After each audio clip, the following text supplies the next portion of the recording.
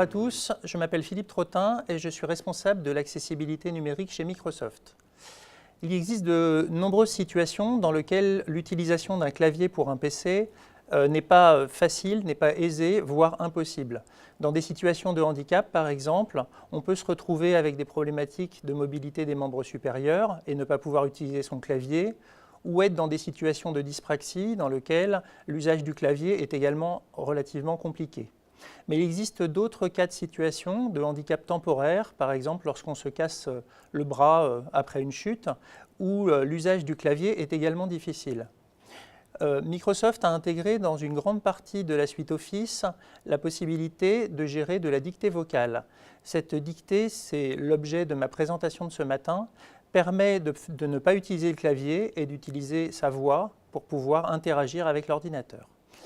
Alors on va commencer par utiliser Word.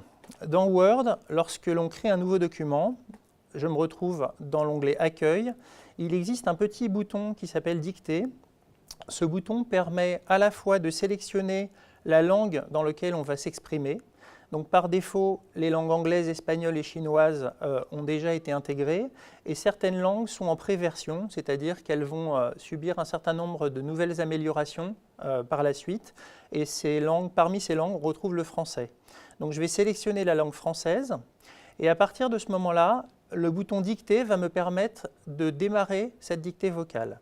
Alors j'ai prévu un petit micro pour pouvoir ne pas avoir de difficultés avec l'utilisation d'un micro intégré à un PC. Ces micros intégrés peuvent générer un certain nombre de bruits et donc nuire à la qualité de la dictée. Laissez-moi vous montrer comment fonctionne cette dictée. Donc je vais cliquer sur le bouton. À partir du moment où j'ai cliqué sur le bouton, la dictée vocale va démarrer.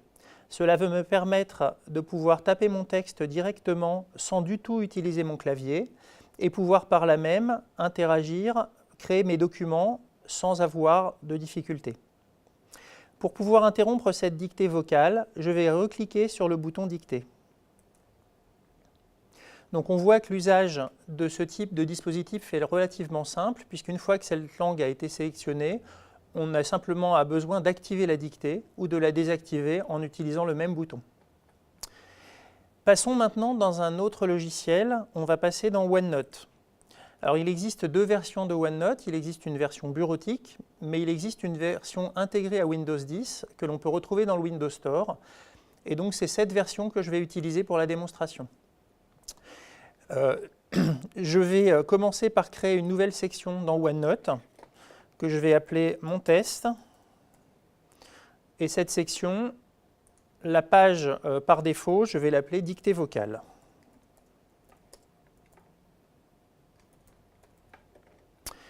Donc à partir de ce moment-là, je vais me positionner dans la page où je souhaite démarrer ma dictée. Donc je me suis positionné au milieu de ma page. Et je vais retrouver le même bouton Dictée avec les mêmes choix de langue que ce que l'on a pu voir précédemment dans Word. Donc j'ai toujours le français qui est sélectionné. Je vais démarrer ma dictée vocale.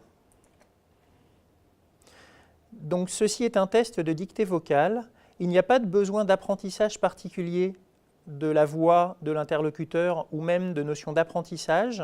La dictée, comme vous le voyez, est relativement fluide. Je peux accélérer le débit de ma dictée sans que cela ne pose le moindre problème. On s'aperçoit de temps en temps que quand la dictée s'effectue, l'ordinateur revient sur certains mots qui sont incorrects, de façon à pouvoir les corriger. Je vais recliquer sur mon bouton Dictée pour interrompre cette dictée.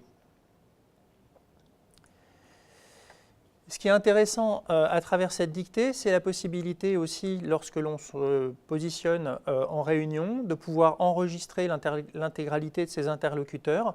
Il faut pour cela disposer d'un micro que l'on va positionner au milieu de la table de réunion afin de pouvoir réaliser cette dictée. On va voir un troisième logiciel. Le troisième logiciel, c'est Outlook. Donc, je vais commencer par ouvrir Outlook et je vais créer un nouveau courrier. Alors bien entendu, on peut imaginer que lorsque l'on a un bras cassé ou que l'on a des problématiques de handicap, on peut imaginer la difficulté que cela peut être pour quelqu'un de taper un mail. Donc là, on a la même facilité que ce qu'on a vu dans Word et dans OneNote précédemment. on a ce fameux bouton dictée qui apparaît avec exactement le même paramétrage.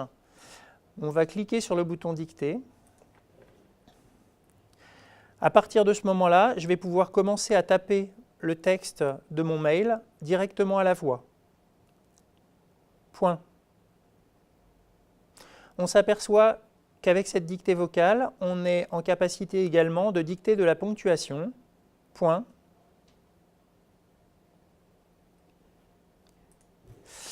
Donc on peut choisir d'activer ou non la ponctuation automatique et ça permet de pouvoir vraiment s'interfacer avec l'ordinateur sans avoir du tout besoin de manipuler le clavier.